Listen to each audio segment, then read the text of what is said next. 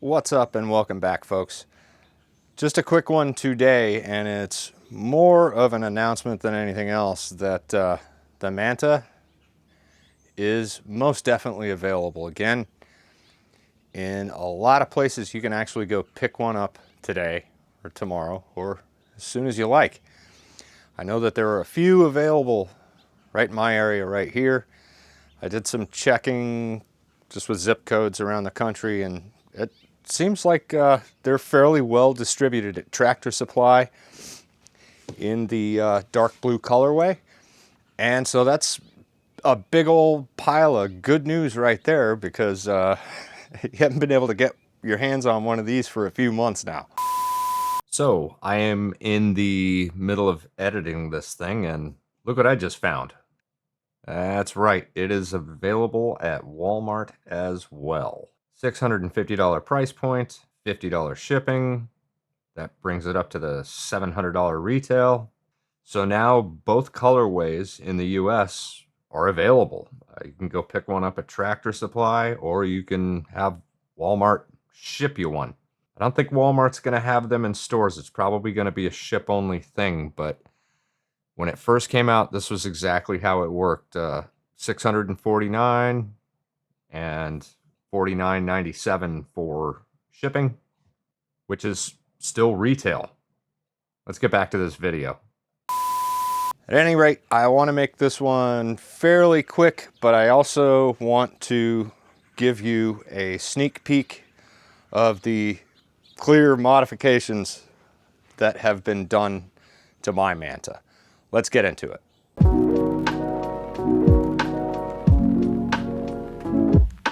All right, so there's a little bit going on up here. The only major modifications are the addition of these tracks and this T-track right here, because I wanted to center and raise the profile of the camera a little bit to keep my feet out of the shot.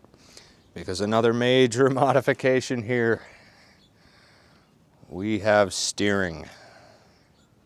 Moving back, the battery that controls the lighting and the cameras it now resides under the seat, and that is the power plant for the heavily modified Newport motor.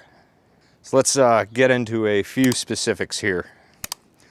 Let's start with the lift, because I don't think I mentioned that yet. Take a look at this, and I will be getting into the details of this quite a bit in future videos. The lift system consists of a couple of pulleys, that line, two pad eyes, and as you pull this guy free, once it's free of that cleat, you just give it a nice swift pull, and boom, motor out of the water. Just as easily, just pull gently and lower your motor down. We'll get into the ins and outs of the lift system, the steering system, and the motor modifications themselves in the next couple of videos. Now that we have that free, so the next big modification is the steering. And it works as pretty much all steering does. Sliding pegs, motor moves accordingly. Now, when I do the motor lifting, I'm going to want to have constant pressure on both pedals with the motor straight. Otherwise, it's where those pulleys are at, the motor's actually going to want to move. But no big deal at all. And then the next and biggest modification here is the motor speed control and the battery box. Just real quickly to show you how it works. We're in a neutral position right now, and if I flip that switch, a fan on the pulse width modulator goes on in the battery box and will help to keep things a little cooler during the summertime. Turn the switch off. Forward. And there we go. We've got 100% control of the motor speed.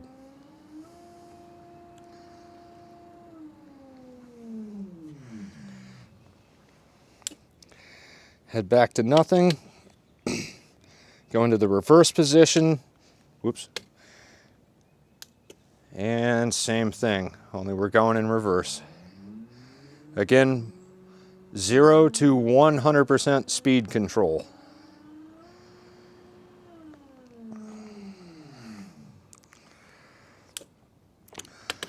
One of the awesome things about it,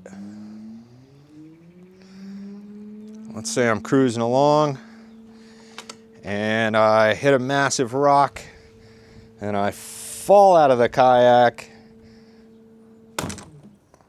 Boom. Dead man switch. Obviously put it back into neutral when you're reinstalling the switch. We are good.